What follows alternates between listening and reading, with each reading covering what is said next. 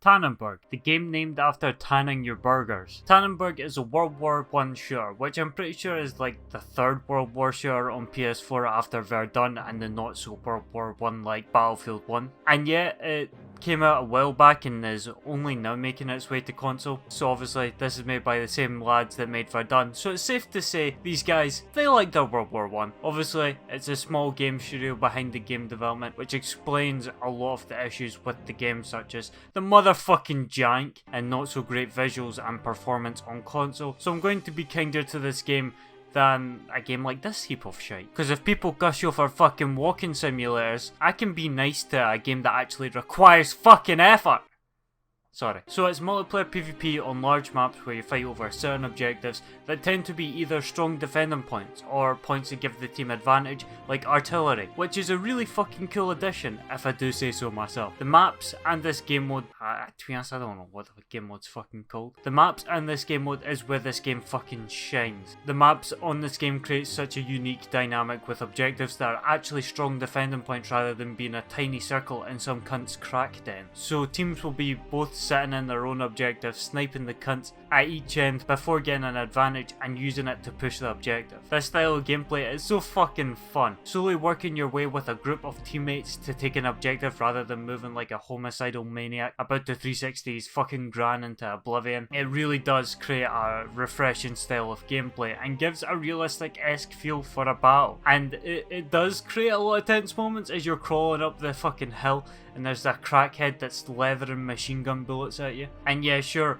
although this game has nowhere near the production value of Battle Your Gran 1, the game feels so much more authentic to a World War I experience, and the slow gameplay can be really fucking satisfying, rewarding slow and strategic players over lone wolf junkies. Also, compared to the previous World War I game Verdun, I think this game takes a dumpster shit over it in terms of overall enjoyment I've had with the game. Although, to be fair, I haven't played Verdun in a while, the maps in Tannenberg feel so much more memorable, and sure, maps with trench after trench is realistic. The gameplay mostly consisted of close range engagement, and I'm gonna be honest, that's when both of these games are at their fucking worst, when the jank is so uncanny and almost unbearable, because it's like every combat encounter just looks like two old geezers throwing hands.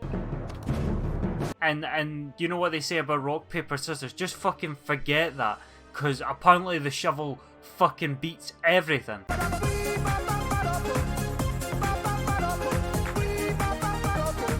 So the level design of Tannenberg provides so many fun long-range engagements with slow pushing objectives and memorable, fun, interesting maps, with close encounters not being too frequent. Tannenberg is also a lot better port than Verdun, although the game still doesn't look too great and performance is not the greatest. I don't mind it too much here.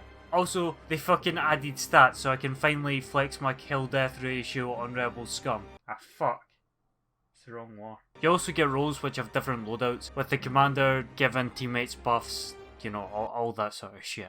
With your role you also get 3 different loadouts with different guns and shite, but it's all pretty bare bones. Pretty much what you expect with a World War I shooter. Sure, this game looks like a cow's arse, with the animation being the absolute bare minimum, but it doesn't stop the game from providing a pretty fun experience, dancing the fine line of being authentic, but not too authentic you're dying a fucking trench foot. Kills feel rewarding as fuck, and overall feel of a match is really cool, with it actually feeling like a war with back and forth pushes with a very unique gameplay flow. If you can put up with the jank and want an authentic World War I shooter experience, I think this game does a pretty good fucking job for being such a small studio getting it on the PlayStation 4.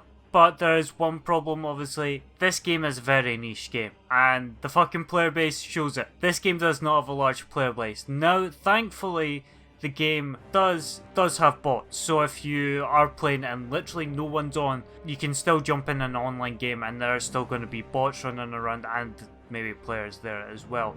But it's still not fucking ideal, because you don't want to be playing against fucking brain dead bots the whole time. But I'm glad they have this option, because the game really doesn't have a big enough player base to not have an option like this, which is really kinda a shame. So I think if it looks like your sort of game, it's alright, I guess. Move. Just get out the way. I'm gonna you're gonna eat you looking right in the face, man. Right.